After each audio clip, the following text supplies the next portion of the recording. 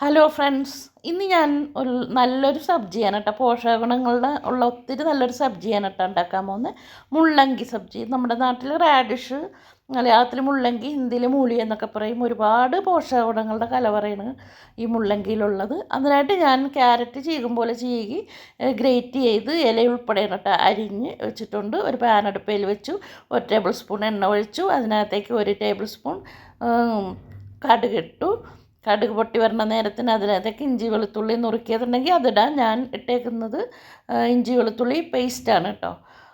ഈ മുള്ളങ്കി എന്ന് പറഞ്ഞാൽ ഹൃദ്രോഗത്തെ തടയാനും BP കുറയ്ക്കാനും ഫോളിക് ആസിഡിൻ്റെ ഒക്കെ ഒരുപാട് അടങ്ങിയിട്ടുള്ളതാണ്. വയറ് ഇറക്കാനും ഒക്കെ നല്ലതാണ് ഇത്. നോർത്ത് ഇന്ത്യയിലൊക്കെ ഒരുപാട് ആളുകൾ ഇത് പച്ചയ്ക്കൊക്കെ കഴിക്കും. അപ്പോൾ ഇഞ്ചി വെളുത്തുള്ളി പേസ്റ്റ് അത് റെഡിയായി വന്നിട്ടുണ്ട്. ആ നേരത്തിന് 2 പച്ചമുളകും ഇഞ്ചി വെളുത്തുള്ളിയുടെ ഒപ്പമിടണം. ഞാൻ ഇട്ടപ്പോൾ താമസിച്ചു പോയി. പിന്നെ അതിനകത്തേക്ക് 1 ടീസ്പൂൺ മഞ്ഞൾപ്പൊടി ഇട്ട് ഒന്ന് നിറം മാറും വരെ, കരിഞ്ഞു പോകേണ്ട, നിറം മാറും വരെ ഒന്ന് ഇളക്കിയതിന് ശേഷം ഞാൻ 1 ടീസ്പൂൺ മുളക് പൊടി ഇട്ടിട്ടുണ്ട്.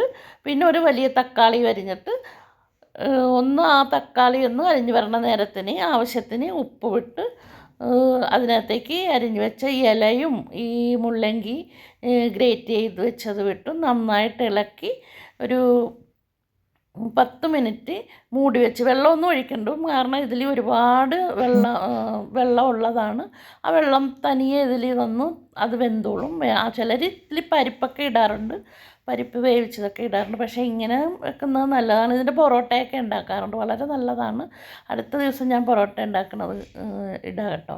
പിന്നെ അപ്പോൾ എൻ്റെ മുള്ളങ്കി 10 മിനിറ്റ് കൊണ്ട് അത് റെഡി ആയിട്ടുണ്ട്. സബ്ജിക്കും ചപ്പാത്തിക്കും ചോറിനൊക്കെ വളരെ നല്ലതാണിത്. അപ്പോൾ ഞാൻ എൻ്റെ മുള്ളങ്കി സബ്ജി റെഡി ആയിട്ടുണ്ട്. ഇഷ്ടപ്പെട്ടവർ ലൈക്കും കമൻറ്റും സബ്സ്ക്രൈബൊക്കെ ചെയ്യണം കേട്ടോ, ഉണ്ടാക്കിയതിന് ശേഷം. ഓക്കെ.